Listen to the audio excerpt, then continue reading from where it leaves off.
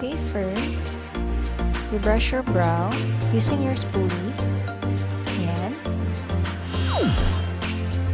Then, using this BYS Brow Tattoo,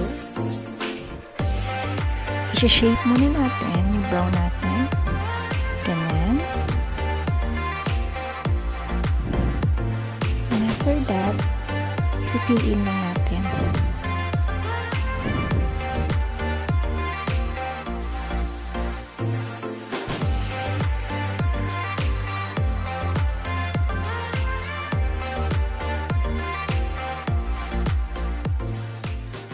Ayan, patuloy pa rin natin i-blend.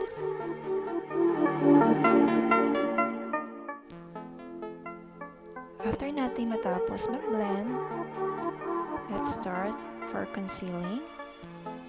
Using this BYS concealer in medium shade. Ayan. By the way guys, I'm using flat brush para magandang pagkalagay.